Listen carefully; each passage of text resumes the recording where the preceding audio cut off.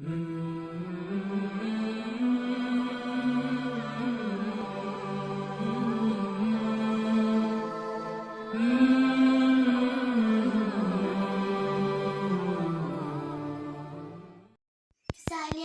کے تیسرے باب کا 9واں قصہ پیش حکمت ہے۔ بسم اللہ الرحمن الرحیم۔ سریۃ العنبر میں فقر کی حالت۔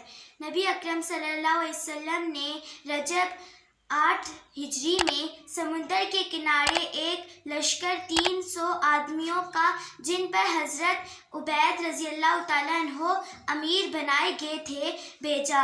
حضور اقدس صلی اللہ علیہ وسلم نے ایک تھیلی میں کھجوروں کا توشہ بھی ان کو دیا۔ 15 روز ان حضرات کا وہاں قیام رہا اور توشہ ختم ہو گیا۔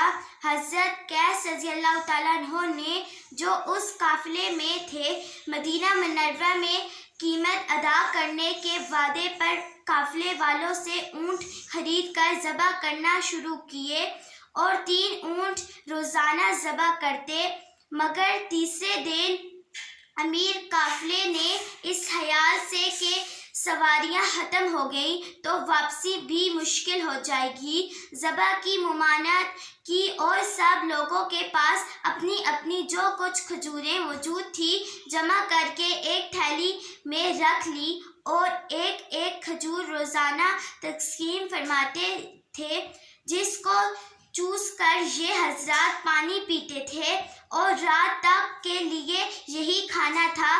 کہنے کو مختصر سی بات ہے، مگر لڑائی کے موقع پر جب کہ قوت اور طاقت کی بھی ضرورت ہو، ایک کھجور پر دن بھر گزارا کر لیتے تھے۔ چنانچہ حضرت جابر رضی اللہ تعالیٰ عنہ نے جب یہ قصہ لوگوں کو حضور اقدس صلی اللہ علیہ وسلم کے بعد سنایا تو ایک شاگرد نے عرض کیا کہ حضرت ایک کھجور کیا کام دیتی ہوگی؟ آپ نے فرمایا، اس کی قدر جب معلوم ہوئی، جب وہ بھی نہ رہی کہ اب بجز فاقے کے کچھ نہ تھا، درخت کے خشک پتے جھاڑتے اور پانی میں بھگو کر کھا لیتے، مجبوری کی سب کچھ کرا دیتی ہے اور ہر تنگی کے بعد اللہ تعالیٰ کے یہاں سے سہولت ہوتی ہے۔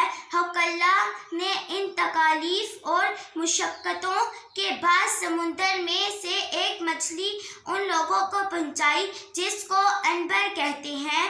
اتنی بڑی تھی کہ اٹھا کر کھانے لگے۔ حضرات اس میں سے کھاتے رہے اور مدینہ منورہ پہنچنے تک اس کا گوشت توشوں میں ساتھ رکھا۔ حضور اقدس صلی اللہ علیہ وسلم کے سامنے جب سفر کا مفصل قصہ سنایا گیا تو حضور اقدس صلی اللہ علیہ وسلم نے ارشاد فرمایا کہ یہ اللہ تعالیٰ کا ایک رزق تھا جو تمہاری طرف بھیجا گیا۔ مشقت اور تکالیف اس دنیا میں ضروری ہے اور اللہ تعالیٰ والوں کو خاص طور پر پیش آتی ہے۔ اسی وجہ سے حضور اقدس صلی اللہ علیہ وسلم کا ارشاد ہے کہ انبیاء رضی اللہ تعالیٰ عنہ کو سب سے زیادہ مشقت میں رکھا جاتا ہے، پھر جو سب سے افضل ہو، پھر ان کو بعد میں بقیہ میں افضل ہو۔ آدمی کی آزمائش اس کی دینی حیثیت کے موافق ہوتی ہے اور ہر مشقت کے بعد اللہ کی طرف اس سے کے لطف فضل سے سہولت بھی عطا ہوتی ہے۔ یہ بھی غور کیا کریں کہ ہمارے بڑوں پر کیا کیا گزری ہے اور یہ سب دین ہی کی خاطر تھا۔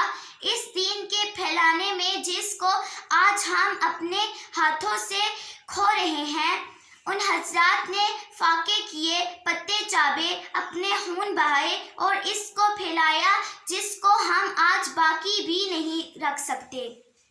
جو پڑھا سنا اللہ اس پر عمل کرنے کی توفیق عطا فرمائے، آمین۔